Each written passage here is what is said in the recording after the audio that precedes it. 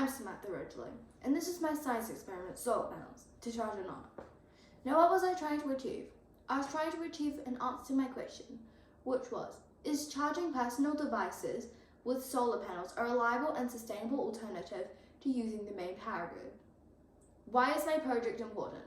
My project is important because a lot of electricity is sourced in ways that are bad for the environment, and I wanted to see if using small solar panels is a good, reliable, and sustainable substitute.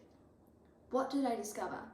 I discovered that charging phones with solar panels is a waste of time, as they require a constant flow of electricity, and they will often just not charge at all, and only worked on 1 out of 3 solar panels.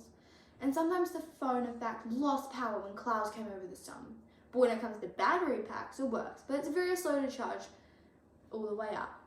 But 2 out of 3 solar panels worked. Why did this happen? The phone probably didn't want to charge on 2 out of 3 solar panels, because on the small panel, the output of power was too low, and the output on the large solar panel was too high for the phone to handle. For the battery packs, they charge slowly, probably because the battery size is around 5 times bigger than the phone's battery size, so it will take longer to charge fully. How is my experiment a fair test? What are my variables?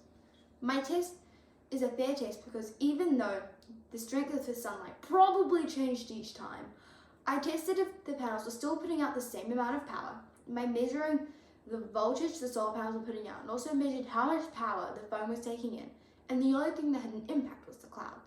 My results on clear, sunny days were consistent, and results with the phone and the battery packs were both consistent. My independent variable was what solar panel was charging what device. My control variables were what solar panels were being used, cables being used, and devices being charged. And my dependent variable was what percent of battery was charged over time. What should I do to make sure my results could be trusted? I made sure my results could be trusted by measuring how much power the solar panels were putting out, and I measured how much power the phone was taking in. I also did the test multiple times using the same procedure. If I were to do this again, what would I do to make it even better?